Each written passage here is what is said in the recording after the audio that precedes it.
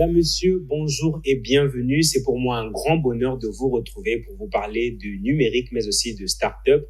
À ce titre, nous aurons le plaisir de recevoir aujourd'hui un jeune entrepreneur qui a osé se lancer dans un secteur qui était encore inexploré avant lui au Congo. Il s'agit d'Ilit Ongania. Il est le cofondateur de la start-up Sim Aerospace. Mais avant de le recevoir, nous allons faire un tour d'horizon de l'actualité. Restez avec nous parce que l'actualité, c'est tout de suite.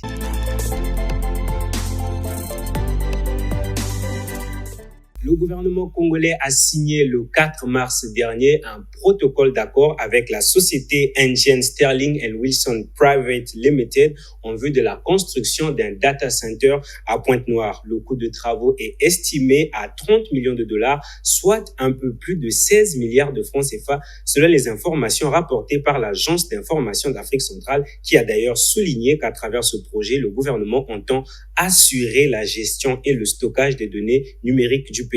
Le document du protocole d'accord indique que les deux parties signataires vont collaborer à la mise en place d'une stratégie et des solutions pour soutenir ce projet dont la conception et la construction répondront aux normes internationales. Il ne reste plus qu'au ministère en charge du numérique de soumettre une demande au ministère des Finances congolais pour faciliter l'obtention d'un prêt auprès d'Exim Bank of India pour financer la mise en œuvre de ce vaste projet. Du côté de l'Afrique du Sud, Mastercard a lui aussi initié un projet relatif au numérique et aux technologies. Il s'agit notamment d'une initiative qui vise à former les filles dans les métiers appartenant au STEM. Nommé Girls for Tech, le programme lancé par Mastercard à Johannesburg permettra d'inspirer et de préparer 110 filles âgées de 9 à 11 ans à des carrières dans le domaine des sciences et des technologies. Ce programme de formation qui inclut des sujets tels que les algorithmes, la convergence numérique ou la cryptologie sera déployé avec la participation des employés de Mastercard qui serviront de mentors et de modèles pour ces filles qui auront l'occasion d'apprendre auprès d'experts par le biais d'exercices pratiques et amusants. Au-delà du fait que ce projet répond à un besoin réel, étant donné que les compétences en sciences et technologies sont les plus demandées sur le marché du travail en Afrique du Sud, Mastercard veut, à travers Girls for Tech, réduire les inégalités entre filles et garçons dans les domaines précités.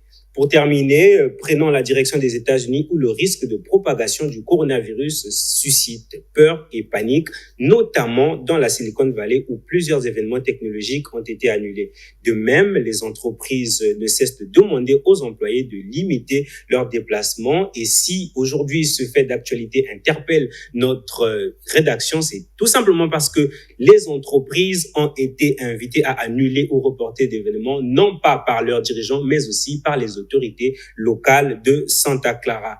Également au Congo, des mesures ont été prises, vous le savez sans doute, et des mesures qui concernent notamment la restriction des déplacements, telle que l'a annoncé le ministère de la Santé. Mais pour ceux qui, malgré tout, aiment voyager, si vous voulez toujours profiter du plaisir d'un voyage, vous avez l'option de pouvoir bénéficier d'un vol avec le simulateur Sim Aerospace. Vous allez en savoir plus dans un instant car je reçois Ilit Ongania, notre invité du jour. Ne quittez pas.